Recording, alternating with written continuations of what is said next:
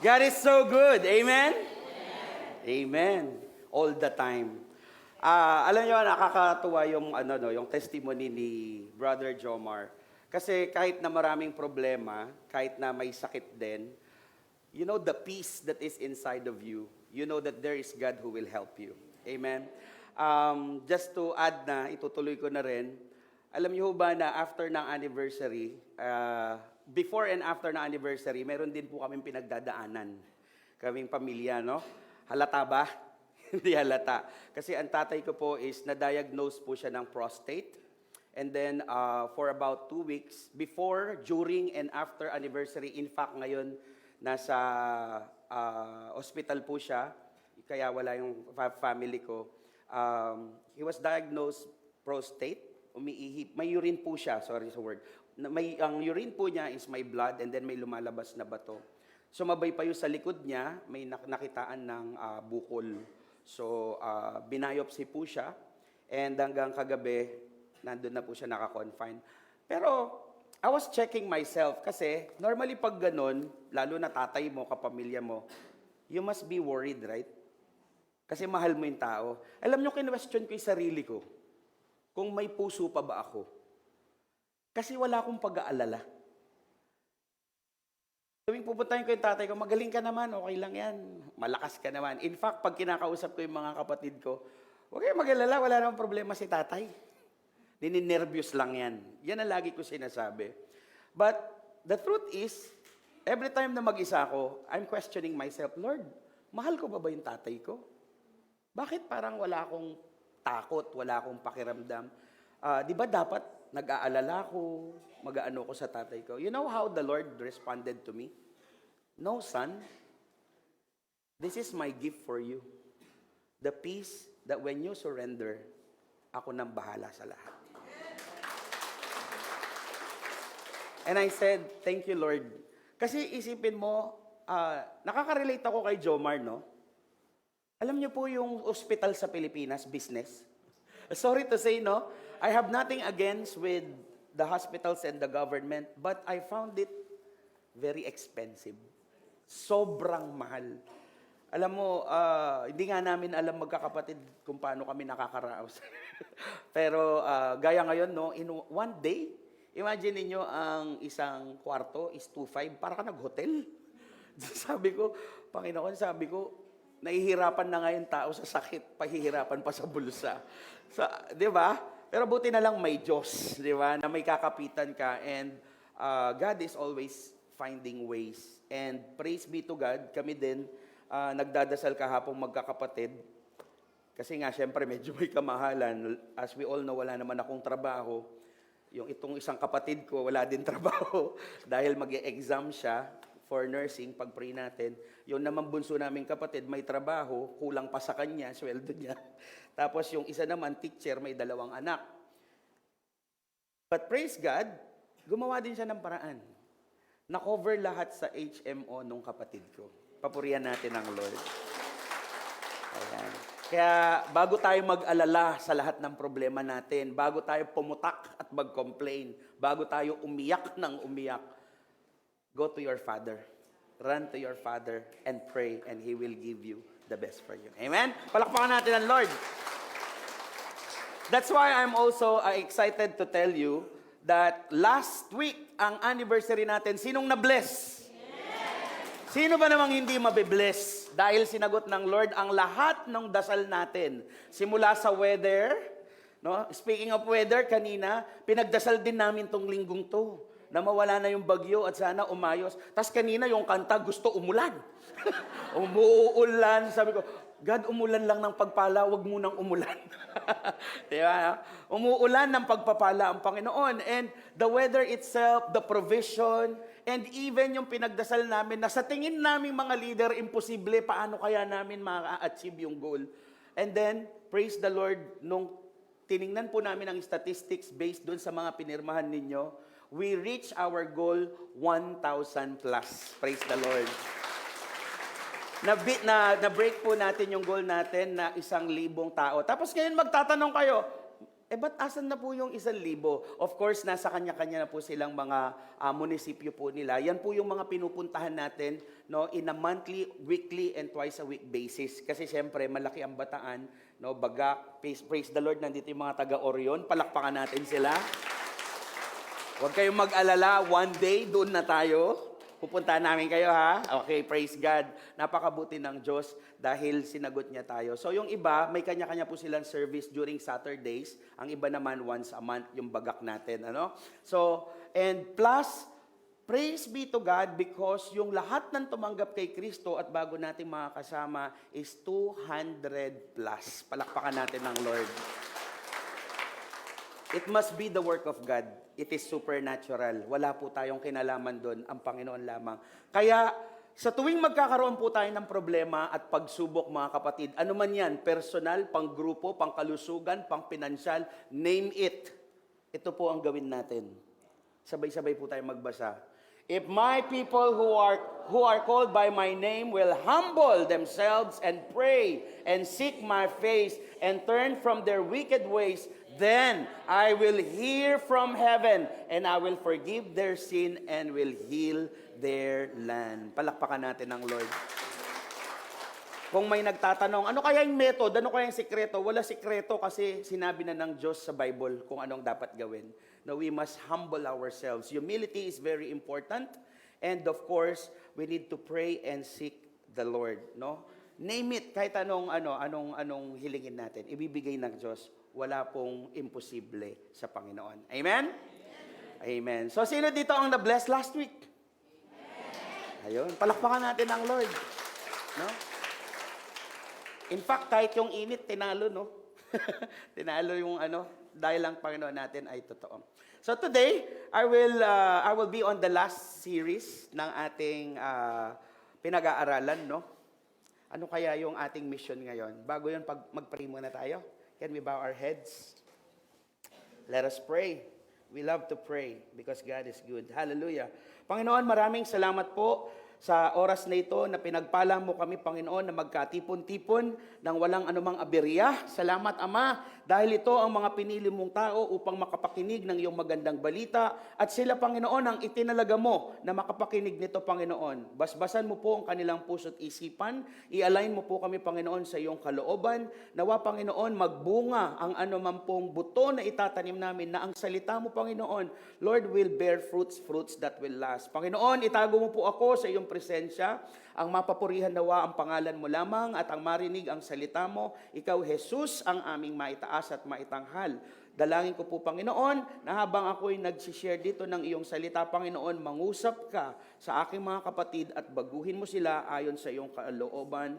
All this we ask and pray in Jesus' name, and everybody will shout, Amen. I am so excited. 7 years and beyond. 1,000, isang Diyos.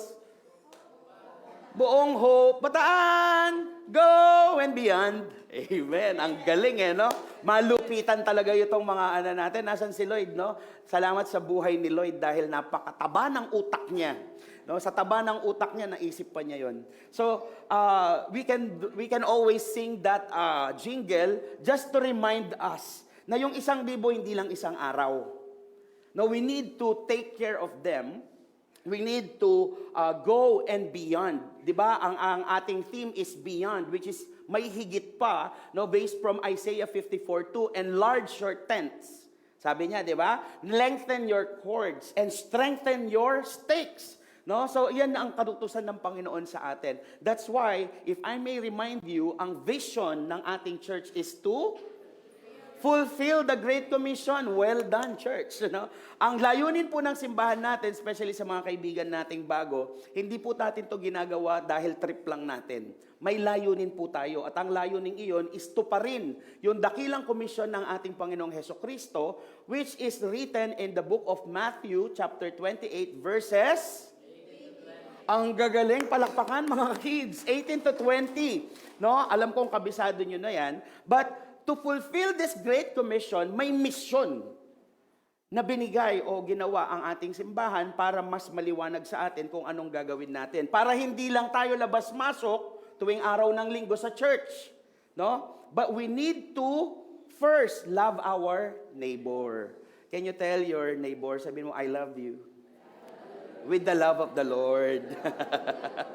Sa mga nanonood po natin, can you type, I love you with the love of the Lord? So, ang core value ng loving neighbor para ma-motivate tayo na magmahal ng kapwa natin. Kasi di ba, totoo ba na hindi lahat ay kamahal-mahal? Lalo na mahirap mahalin yung kapitbahay mong sobrang bait. Tama, mali? Ang kapatid mong sobrang mabait din. Hallelujah. Mga ka-life group mo sobrang mabait. Napapakabait. So, for us to motivate to love them more, there's the core value na binigay sa atin. Ano yon? Gospel should be our motivation. So, always remember the gospel that Jesus Christ, death, burial, and resurrection. So, every time we remember that, ay, kailangan kong ibahagi ito. Kasi hindi naman pwedeng ako ang tumanggap kay Jesus Christ tapos hindi ko ibabahagi. Ba, napaka-selfish ko naman yan. Tama? Next is, people as our passion. No? People as our passion. So yung tao, mahalaga. Why we count people? Because people counts. Did you get that? Can you repeat it? Hindi nila na-gets. We count people because people counts. Ulit. Very good, mga bata. Nagbibilang tayo ng statistics kasi marahil sabihin nyo, ba't kaya nalaman nilang 1,000 at higit pa?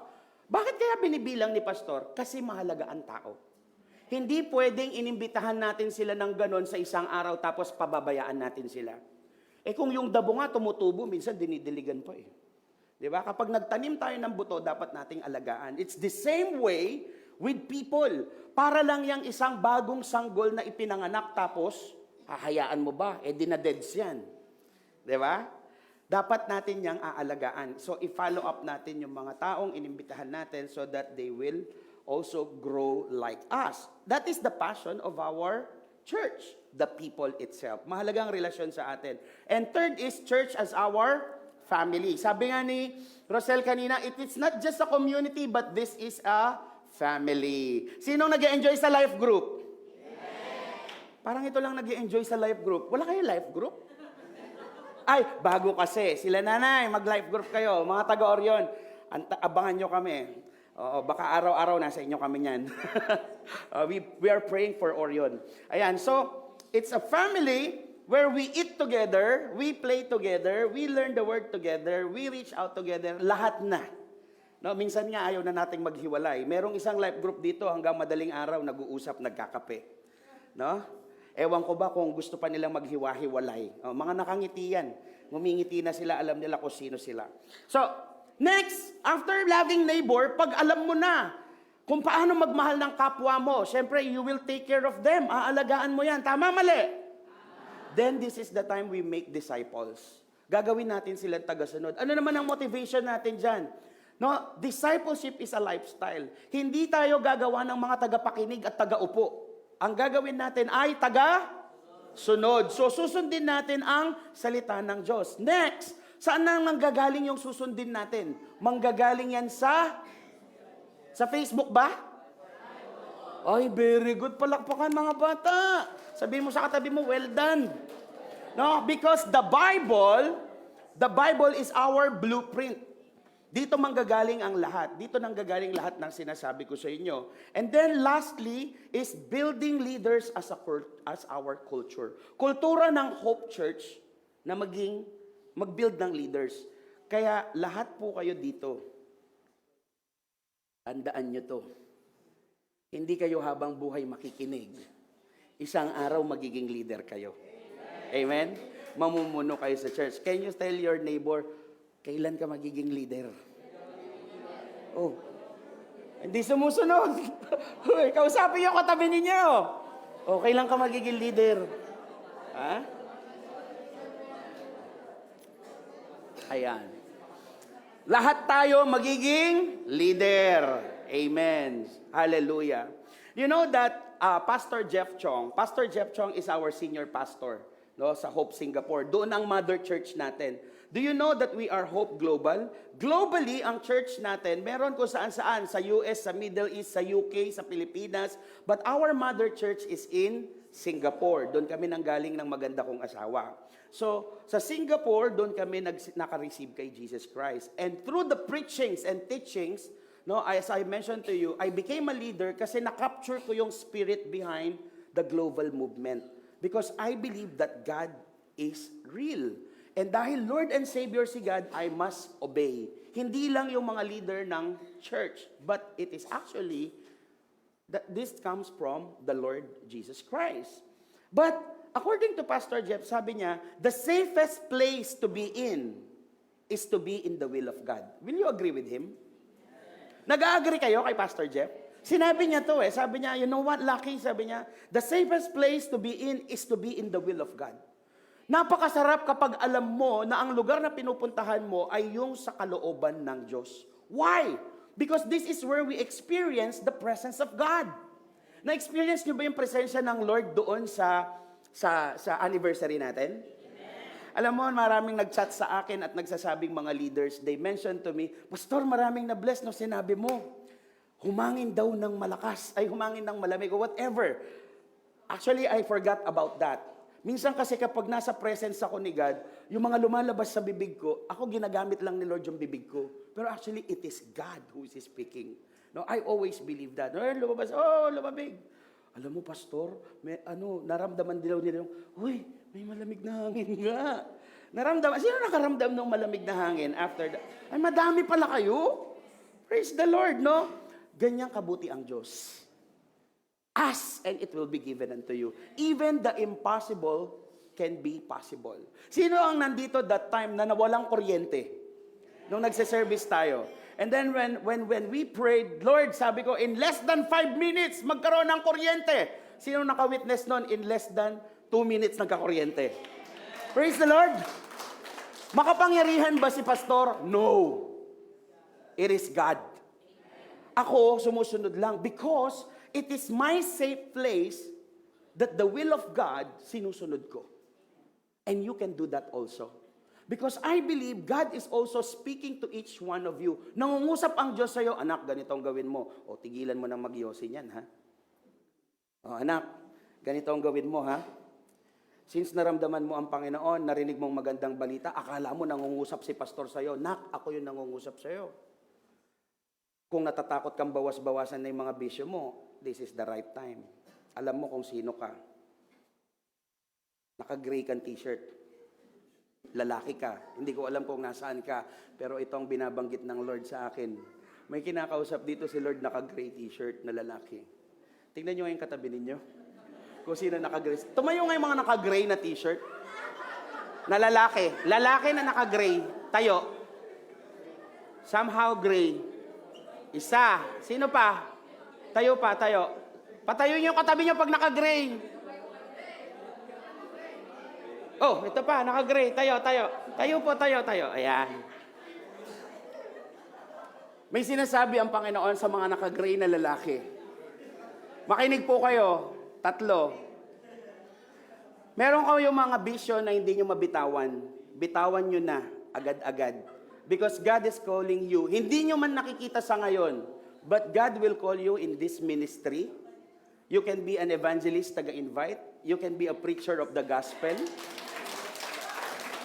And you will be a great father to your children. Lord, I bless them and speak to them, Panginoon.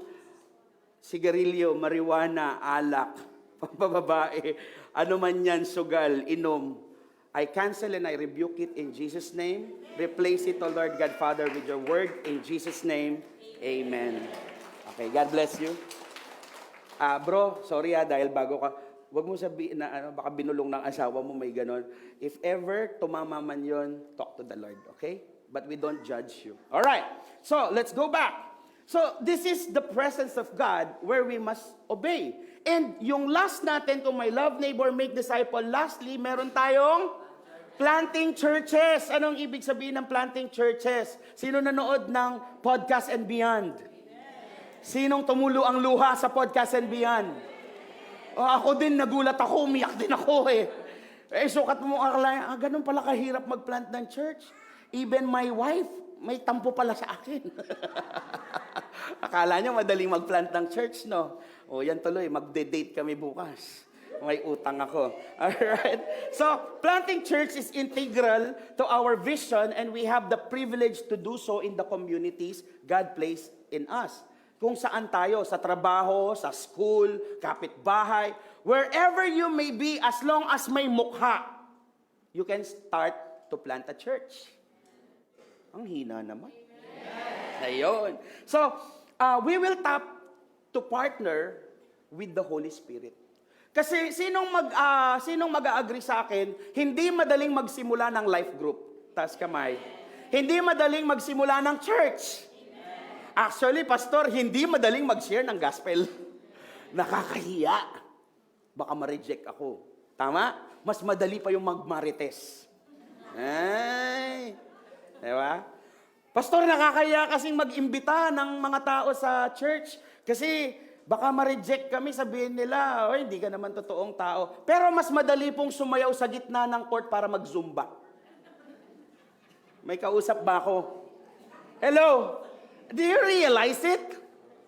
Yung mga bagay na pang makadiyos na tama at nakakalugod sa Diyos, ikinakahiya. Pero yung mga bagay na makamundo at halos maghubad na sa TikTok, yung mga kabataan ngayon, diba? Sino nanalo? Si Piang? Oh, pastor, updated, oh. Siyempre, kailangan ko maging updated para tingnan mo, tuwan-tuwa yung mga kabataan.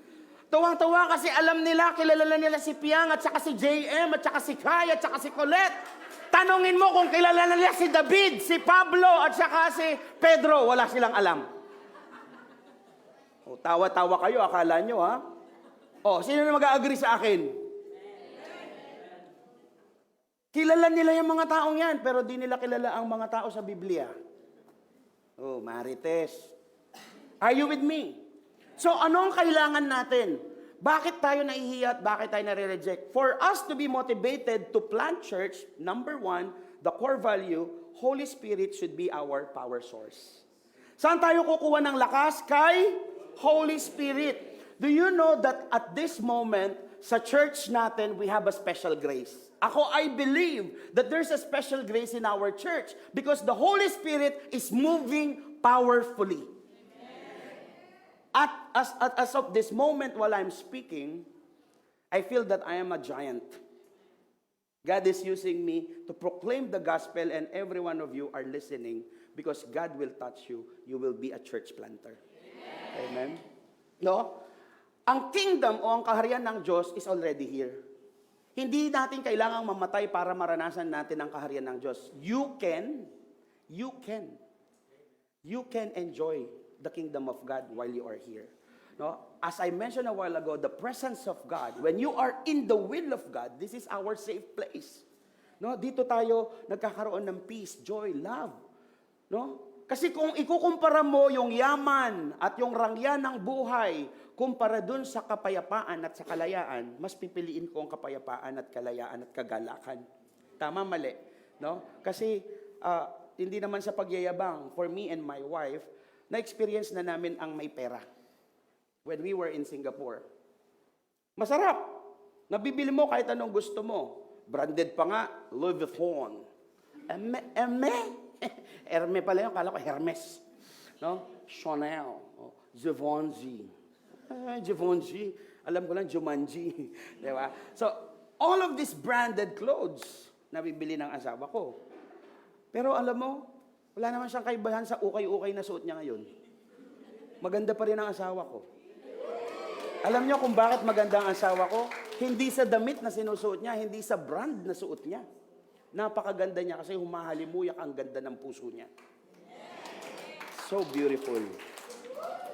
The glory of God is in you. Love you. All right, let's go back. So, in Acts chapter 2, verse 17 to 18, sabayan niyo po ako malakas ha. Sinabi ng Diyos, sa mga huling araw, ibubuhos ko ang aking espiritu sa... Ulitin, sa... Hindi lang sa Chinese, hindi lang sa gwapo, Hindi lang sa macho. Sa lahat ng uri ng... Kasama ba kayo doon? Tao ba kayo? Praise the Lord. Ibubuhos ng Diyos ang banal na Espiritu sa inyo, no? Sa mga huling araw, ang inyong mga anak na lalaki at babae ay magpapahayag ng aking mga salita. Sino ang tinutukoy dito? Ako lang ba? O, sinong lalaki dito? Sinong babae? O, kayo yun. Clear? Hindi ako nagsasabi ang Bible, ha? Magpapahayag ng aking mga salita. Ang inyong mga binata ay makakakita ng pangitain, ang inyong matandang lalaki ay magkakaroon ng mga panaginip. Oo, sa mga araw na yon, ibubuhos ko ang aking espiritu sa aking mga lingkod na lalaki at babae. At ipapahayag nila ang aking mga salita. Ito ang isa sa mga propesiya ni Prophet Joel. Prophecy means ahead of time. And after thousands or 100 years, was it fulfilled? It is already fulfilling. Because in the book of Luke, si Dr. Luke, kilala niyo si Dr. Lucas? Sino si Dr. Lucas? Ang nagsulat ng book of Lucas and book of Acts. Gawa, very good sa mga nagre-review. No? Sinulat niya dito. So kanino daw ibubuhos? Sa lahat. So planting churches, yung pagsisimula ng life group o na simbahan, mahirap ba? Mahirap. Pero gagaan kung kasama natin ang banal na Espiritu. Sino dito ang tumanggap kay Jesucristo bilang Diyos at tagapagligtas? Amen. Do you believe that the Holy Spirit is already indwelling in you? Amen. When I say indwelling, nasa inyo na ang banal na Espiritu. Pero pastor, bakit nahihiya pa rin ako? Well, that's the one that we're going to talk about. It is very obvious that the Holy Spirit is already indwelling sa mga puso ng lahat ng naniniwala kay Kristo. For example, yung electric fan. Nakikita niyo yung electric fan? Imagine ninyo itong church, itong building na to, ito yung templo ninyo, ito kayo. The Holy Spirit is the electric fan. Nasa inyo na yung Holy Spirit because you receive Jesus Christ. Pero, bakit ka nahihiya? Kasi, naka-off. Tama, very good. Pero kung isasaksak mo yan, saksak nyo ha, pakisaksak lahat ng may electric fan. Yan. Pag sinaksak mo yan, sino ang power source? God. God the Father, the Son, and the Holy Spirit. That's why Holy Spirit, number 1 point natin, is our power source. Saksak muna guys. Hindi ko pa sinabing sindihan. Saksak lang. Paki-off muna. Yan. Power source. Nakasaksak na sa power source. Tama mali? Ito yung pag sinaksak mo yung power source kay God, ito na yung nagpipray ka naman. Hello? Nagpipray ka, tama? Nagbabasa ka naman ng Bible, tama? Nag-church ka naman, tama? At kuma-attend ka ng church service, tama? So nakasaksak ka sa power source. Pero, wala pa rin bunga. Bakit? Bakit? Kasi tanggap ng tanggap, connect ng connect, hindi mo ginagamit yung gift at yung kinukuha mong energy from God. That's why, ang decision noon sa inyo. Now, paano sisindi ang mga yan? Anong function ng electric fan? Para magbuga ng? Okay. Paki-number 1. Yun. May hangin, pero sakto lang. Tama? Ibig sabihin, na-activate na yung Holy Spirit inside of you as your power source, pero ang kaya mo lang gawin is, mag-share muna dun sa kapitbahay, pa isa-isa. Mag-preach ng gospel doon sa mga security guard, sa mga nasasakyan mo, o kaya doon sa mga katrabaho mo, pa isa-isa. Wag kasi sinasabi mo, oy, alam mo ba, ganyan. Tapos matatatanungin ka ng mga katrabaho mo, ano nangyari sa'yo, te? Pastora ka na ba? Tama? May nagkwento kasi sa akin ganyan eh. No, isa sa mga kapatid natin dito. No, nagugulat sila. Why? Because they already can smell the presence of God. Kasi na-activate na siya ng number 1, may function na, may hangin na. What about number 2? Pag ni number 2 mo yan, mas malakas. Pag ni number 3 mo yan, mas malakas. Palakas ng palakas ng palakas yung faith mo as you do the will of God. You are in the safe place and you believe in the power of the Holy Spirit. This is the beginning that through you, people will be healed. People will listen. Hindi nyo ba nai-imagine? Si pastor walang trabaho. Si pastor, simpleng mamamayan. Pero meron dito mga boss, mga engineer, mga doktor, mayayaman, matanda, bata. Don't you realize why are you listening to me? Sino ba to? Ba't namin papakinggan? Hindi kayo nakikinig sa akin.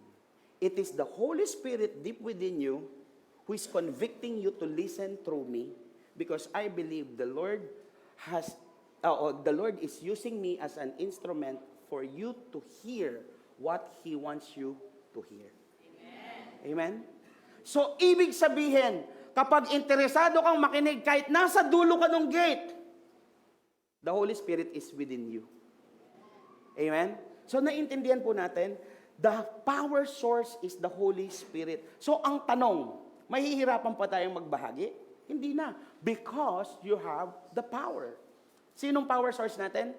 The Holy Spirit. Okay. Pag nilamig po, patayin na, ha? So, nagets nyo? This is your body, this is your temple. When you receive Jesus Christ, the Holy Spirit stays inside of you. Pero, nabapawalang bisa yung kapangyarihan kung hindi mo sisindihan. If you will not activate your power. Amen? Kaya sabi ni Pedro, anong dapat namin gawin, Pedro? Sumagot siya sa Gawa chapter 2, verse 38-39. Magsisi ang bawat isa sa inyong mga makasalanan at magpabautismo sa pangalan ni Hesukristo at mapapatawad ang inyong mga kasalanan at matatanggap ninyo ang regalo ng Diyos na walang iba kundi ang banal na Espiritu. O, de tama ako. Whoever received Jesus Christ, they repent. Tama? Nagsisi na ba tayo sa mga kasalanan natin? Amen. Nagpabautismo na ba tayo? Sa tubig? Sa mga hindi pa, line up na kayo, may next. No? When we did that, we are forgiven. And at the same time, we receive the Holy Spirit. That's why my Holy Spirit baptism. Okay? Binabautismuhan tayo sa Espiritu. Tinatanggap natin yon because it is free. Kasi kung may bayad to, ayoko magbayad. Tama, mali. Hello, sino gusto may bayad lagi? No? Pa-hospital ka, may bayad, ang mahal. Di ba? Di ba pwede libre? O, di punta tayo kay Lord, everything is free. So, sapagkat ang banal na Espiritu, ang Espiritong ito ay, sabayan niyo ko, ay ipinangako para sa inyo at sa inyong mga anak at sa lahat ng taong nasa malayo, sa lahat ng tatawagin ng Panginoon ng Diyos na magsilapit sa Kanya. Bakit po kayo nandito sa church? Sino ang tumawag sa inyo? Kahit ipollow up ko kayo ng 1,000 beses, kung hindi kayo kinoconvict ni God, wala kayo dito. Ang tumawag po sa inyo para lumapit dito ay si God. Sino dito nakaka-experience? Tinatamad kang mag-church kasi maulan, gusto mo pang matulog. Pero parang may something inside of you, tayo na. Uy, Sunday ngayon. Sino nakaka-relate? Taas kamay. Wala nakaka-relate. Wala nagtaas ng kamay eh. Konti lang. Konti lang. Ayun. Salamat naman. Hindi, okay. Ibahin ko ang question. Once in your life, tinamad ka magsimba. Taas kamay. Hindi pa rin lahat. Perfect. May perfect dito. Okay. Kasi even me as a pastor, do you know that God, pwede bang i-postpone? Postpone natin yung church, umuulan. Sabi ng Lord, batukan kita dyan eh. Hindi kasi, I would be honest with you. Tao ako katulad nyo. Hindi ako mapagpanggap na tao. Dumarating din po ba pala sa inyo yon? Abay, natural. Ano ko, Superman? Hindi Katulad nyo rin ako. Pastor, tinatamad ka rin pala. Abay, natural. Di ba? But, why do I overcome? Because my power source is the Holy Spirit. Kaya napakahalaga ng paglapit sa Diyos, napakahalaga ng pagde-devotion, napakahalaga ng pagdarasal, napakahalaga ng pag-worship. Yan lang ang dapat nating gawin. Lumapit na lumapit kay Lord. Pero, kung tatanungin niyo ako, Pastor, nagigets na namin eh. Pero saan pa ba kailangan? Ano pa ba yung halaga ng banal na spirito? Ano ang halaga niya? Ano ang halaga niya? Empowerment. Kasi we are weak. Do you remember in the Bible it says, the spirit is willing, but the body is weak. Kasi dalawa lagi yan eh. Naramdaman nyo na o naranasan nyo na ba na gusto nyo namang gawin ang mga bagay na pang makadiyos, pero may humahatak sa inyo na parang ayaw nyo. For example, sa prayer and fasting. Sino nag-fasting 21 days? Gulay lang ang kakainin 21 days. Sawang-sawa na kami sa tofu. Yung toge na hindi kinakain ni Chow Yen, paborito na niya. Yung okra hindi lang parang laway na, laway na laway na. Uy, pero praise the Lord gumawa po ako dyan. Feeling ko lumitansyan ko dyan. Anyway, balik tayo. So, during that prayer and fasting, sino ang natempt? Halos gusto mo nang kumain ng Jollibee. Sino yung lalakad ka dito na amoy mo yung manok ni Ate Apple? Sino ang sa trabaho biglang may pa-birthday? May mga palibre. 'Di ba? Alam niyo nagdatingan din sa akin diyan eh. May mga bisita sa akin, buko pie, egg tart. Sabi ko, ano ba naman yan kung kailan nagpa-fasting? You are tempted, but you overcome. You know why? Sino tumulong sa inyo? Holy Spirit. Kasi yung tipong wala naman si pastor, wala naman yung mga ka-life group ko, titikim lang naman ako. Pero may nagsalita, kakahiya ka naman. Yung iba nagsasakripisyo, ikaw titira ka dyan. Sino nakaramdam doon? Ako naramdaman ko yung promise. Sabi ko, wala naman si Chow Yen. Yung CCTV, ginanon ko. Lord, may grace naman. Kasi sa puso mo, may parang, may nanununtok, huy, mahiya ka naman. Tapos itong word na to, integrity. Integrity, huy. Sino nakaka-relate sa mga nag-fasting? Sobrang relate.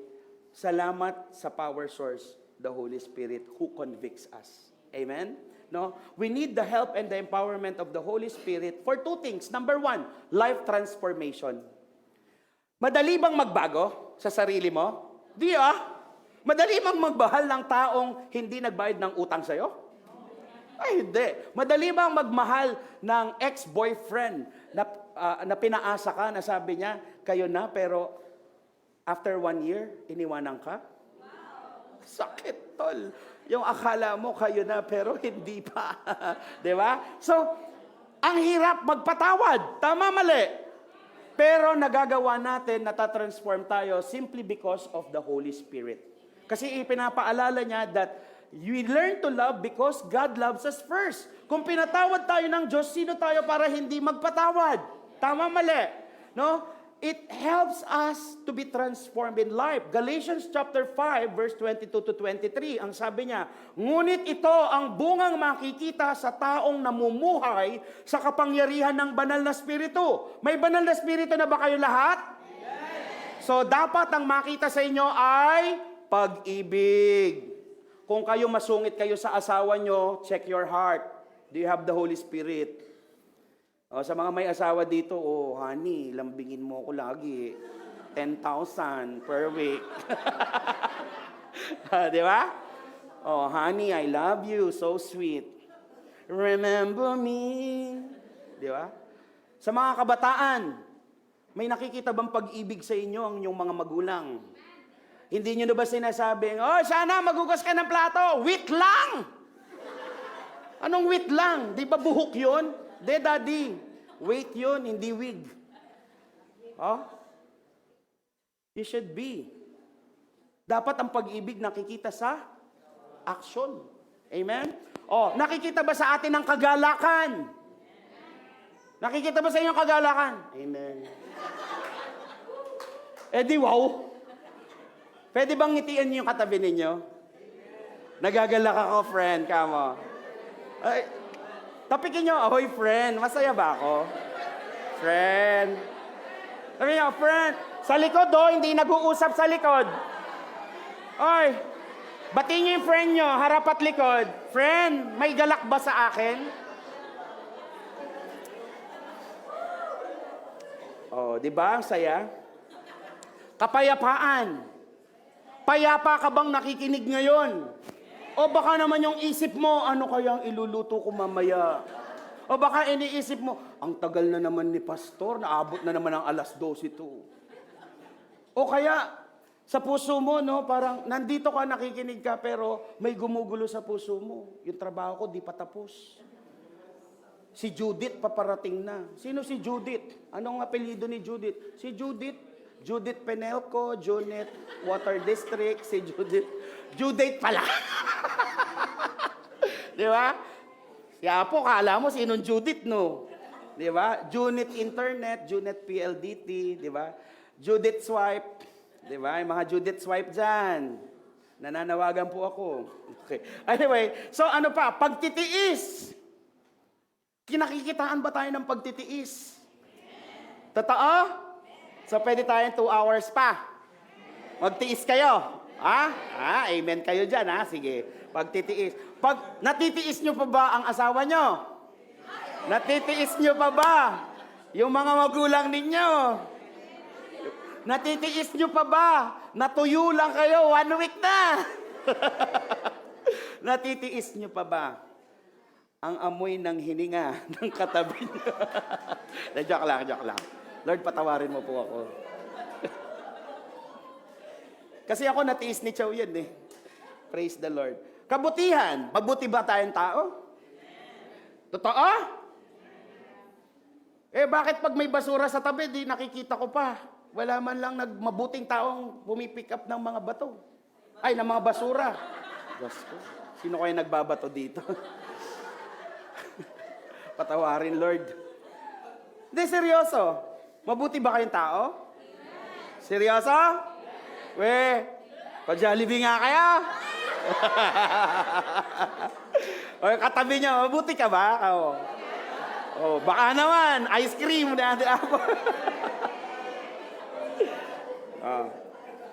Kagandahang loob. Katapatan. Ito katapatan. Tapat pa ba kayo sa Diyos? Totoo? Morning, evening, in the afternoon, nag-worship, nagpe-pray, nagbabasa ng Bible. Oh, nawala yung amen. Question mark ang katapatan. Tapat pa ba kayo sa mga asawa nyo, mga kalalakihan? Baka pagkatabi, tapat. Pagtalikod, hindi na. Nanonood ng TikTok na, halos makita na ang kaluluwa. Alam nyo ba, cheating yon? Can I say this? Kahit sa mga lalaking may asawa, matanda, lahat ng lalaki, alam nyo ba na kasalanan ang tumingin sa TikTok o sa social media na hubot-hubad at saka kahit na revealing. That's cheating. That's sin to your eyes. The window of our soul is our eyes. Okay? Mga lalaki, nakikita kayo ng Diyos. Ito yung sinasabing katapatan dyan. Mga babae, wag kayong ano dyan, kayo din. Yung mga may abs. Ha? Kasi nagkalat ngayon sa social media yung ganyan, no? Alam mo yung, akala mo normal na sa mundo. But the truth of the matter is, it's no longer norm. It is already demonic. Kasi it creates something in your mind. Halimbawa, mga pageant, no? Dati mga pageant, pataguan eh. Ngayon, pa-sexy yan. Akala mo mga bold star na. Right? So, maging tapat po tayo sa Diyos at maging tapat tayo sa mga asawa. Maging tapat din tayo sa salvation na tinanggap natin kay Kristo. Okay, kahinahunan, pagpipigil sa sarili. Kung ganito ang pamumuhay natin, hindi natin malalabag ang utos ng Diyos. So hindi ko na tinakil agad lahat because you know kung ano ang kalooban ng Diyos. Why we need the Holy Spirit? Because it will empower and enable us for life transformation. Kasi kung sinasabi nating maka-Diyos tayo, tinanggap natin si Kristo, pero walang pagbabago sa buhay natin, then you are lying. Yung lying is something na akala natin kasalanan na hindi kasalanan. Iba yun. Ang lying na yun, gulay yun na kinakain. Lying. Hindi ako nagjo-joke. Kung iniisip kasi natin na lying lang yun na kinakain, then you will not take it seriously. But if lying na kasinungalingan, you will take it seriously. Ask yourself, sinungaling pa ba ako? Hindi yung brutal na sinungaling na alam mo na talaga nagsisinungaling ka. Ang kasinungalingan na sinasabi ko dito is, hindi ka natapat sa relasyon mo kay Lord. Yung mas nauuna pa yung binibigyan mo ng atensyon yung problema at yung trabaho and yung studies mo kesa sa devotion mo. Your time spent with the world is more than extreme than your time with the Lord. Then you will say na, uy, hindi, okay pa yung relasyon ko kay Lord. Then you are lying. Because Jesus should not be compartmentalized in your day. Jesus should be all in your life. Did you get that? Hindi compartmentalize si God na isang parte lang ng isang linggo. Masama isang linggo pa no? Within the day, hindi lang siya slice of pizza, but He is the pizza. Dapat si Jesus, nasa pag-poops mo sa comfort room, si Jesus sa pagkain mo, sa paggising mo, sa pamamalengke mo, sa trabaho mo, pakikipag-usap mo, sa pagsakay mo, everything, you must be Jesus conscious. Can you tell your neighbor, be Jesus conscious? Amen. Ayan. Kasi pag conscious tayo kay Jesus, we will transform to the life that He intended us to be. Number 2, bakit kailangan natin ng Holy Spirit? Because the Great Commission must be fulfilled. Ngunit pagdating ng banal na Espiritu sa inyo, bibigyan niya kayo ng kapangyarihan at ipapahayag ninyo ang mga bagay tungkol sa akin mula rito sa Jerusalem hanggang sa buong Judea, Samaria at sa buong mundo. Sinong nagsasalita nito? Hello? Si Jesus ba? Hello? Assignment nyo yan. Di kayo sigurado. Research nyo, Kayo talaga. Pagdating ng banal na Espiritu, bibigyan na kayo ng kapangyarihan. May kapangyarihan tayo para ipahayag ang magandang balita. So, it simply means that planting church and preaching the gospel is very easy. Because we have the Holy Spirit. God promises His presence to us. Nasa atin ang presensya ng Diyos. So, sabi niya dito, it simply says, na pangako ko, kasama niyo ako hanggang sa buong sa dulo at sa buong mundo. So fear not. Fear not, I am with you. Do you know that in the Bible, 366 times na sinabi to, fear not. Why? Because in a day, pinapaalalahanan tayo ng Diyos, do not be fearful. That's why God gave us the Holy Spirit. 2 Corinthians chapter 12 verse 9 to 10, sabi ni Pablo, ngunit sinabi ng Panginoon sa akin, sapat na sa iyo ang aking biyaya, dahil ang kapangyarihan ko'y nakikita sa inyong kahinaan. Kapag mahina tayo, let's tap on the grace of God. No, for when we are weak, He becomes our strength. Kaya buong galak kong pinagmamalaki ang aking kahinaan. Nang sa ganoon ay lagi kong maranasan ang kapangyarihan ni Kristo. Dahil dito, maligaya ako sa aking kahinaan, sa mga panlalait sa akin, sa mga pasakit, panguusig, at sa mga paghihirap, alang-alang kay Kristo. Sapagkat kung kailan ako mahina, saka naman ako pinalalakas ng Diyos. So, sino dito ang nakaranas ng lahat ng to, lalo na sa mga leaders? Nang hina, Nilait ka dahil nagbabahagi ka. Rejection. Pasakit. Panguusig. Paghihirap. But for the sake of Christ, praise be to God, palakpakan niyo yung sarili ninyo. Because on our weakness, nakikitaan that He is our strength. Sabi ni Hudson Taylor, isa siyang evangelist. Sabi niya, all God's giants have been weak men. Mahihina ang lahat ng mga taong nag-mission. Who did great things for God because they reckoned on His being with them. Anong ibig sabihin? Sa lahat ng mga nag-mission, sa lahat ng mga nagpa-plant ng church, they feel that they are weak. They felt that they are not enough. But they reckon. Ibig sabihin ng reckon is acting on the fact. Acting on the fact where God is with them. Ang pinanghahawakan lang nila, God, you are with me, I will overcome. So, can I encourage all of you, brothers and sisters? Wala kayong dapat katakutan. Because the Holy Spirit is upon you. The Holy Spirit is your power source. You must move. You must keep going. We must go beyond because God is with you. Amen? So, that's the dependence on the Holy Spirit. Amen. So, number 2. Are you still with me? Parang nalungkot kayo, ang haba nga.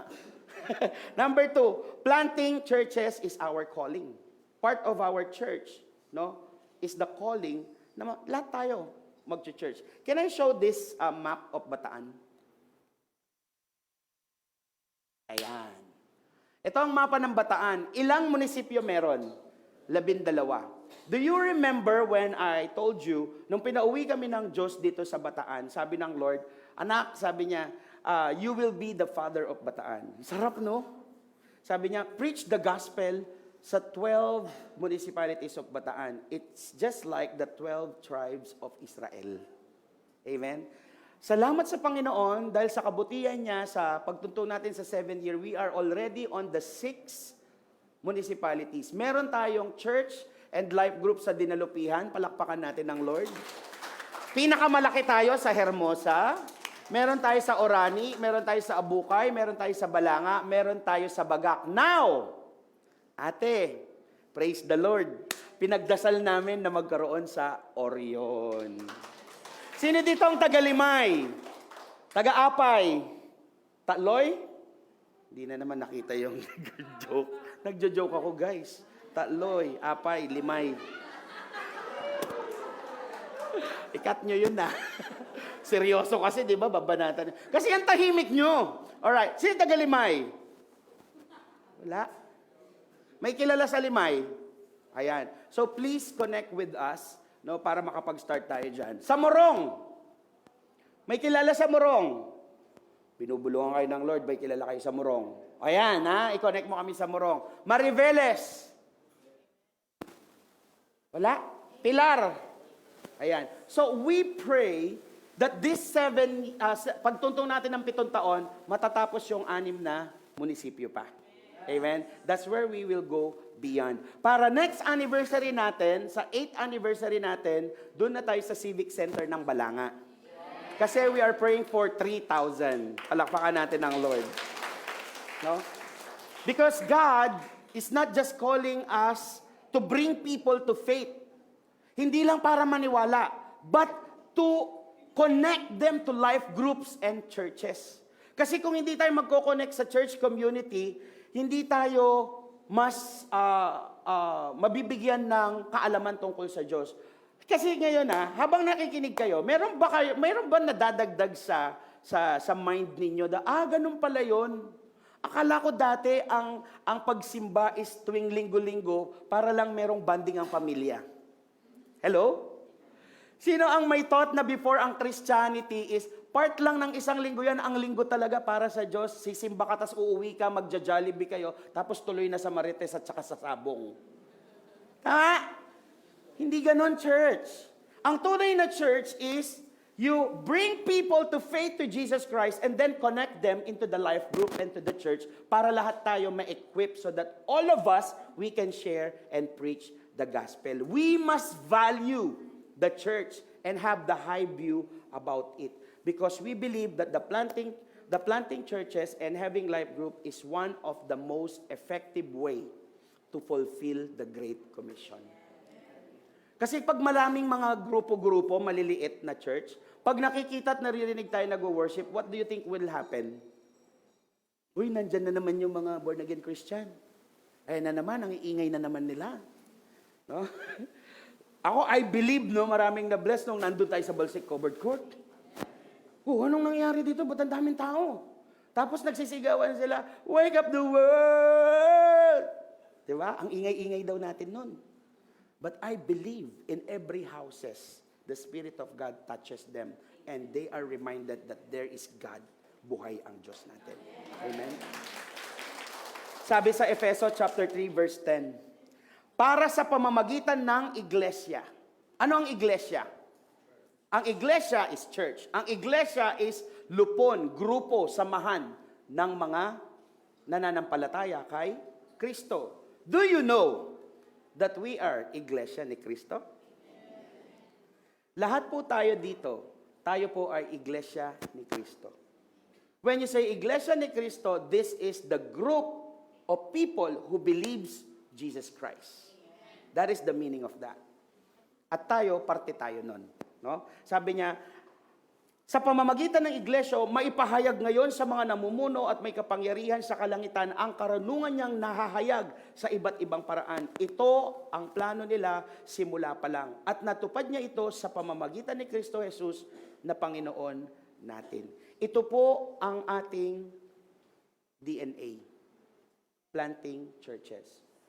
Love neighbor, make disciple, plant churches. Ang motivation and power, the core value for us to plant churches, Holy Spirit as our power source. Number 2, planting churches is our calling. Lahat po tayo ay tinawag ng Diyos para magsimula ng life group. Can I encourage you, sa lahat ng mga kabataan at estudyante, wag lang kayong pumunta sa school para kuhanin ang certificate ninyo.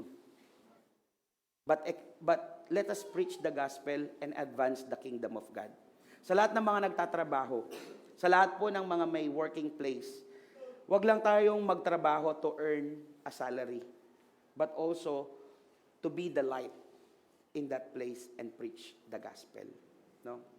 Like, this person, hindi ko na siya tatawagin, pero next week maririnig niyo siya. Just want to show you these photos. Tingnan niyo po yung mga kabataan natin, yung mga youth outreach natin. Right after the anniversary, kumain po sila sa McDonald's. After nilang magbakdo, nangusap ang banal na spirito sa kanila. Sabi daw ni Holy Spirit sa kanila, share the gospel. Ako, I'm so proud na yung mga dating nagtatouching at nagsusugal, nagpupul. At lahat ng mga nagyoyosi dati, nagmamariwana. Ito na po sila ngayon, Nagsishare ng gospel sa plaza. Next slide, please. Ayan po sila. Next slide. Next slide. Ayan, next slide. Ayan. Ang dami po nilang na-receive. Ayokong maniwala. Kasi sabi ng SDL nila, Kuya, nakapagpa-receive daw sila 149 persons. Ha?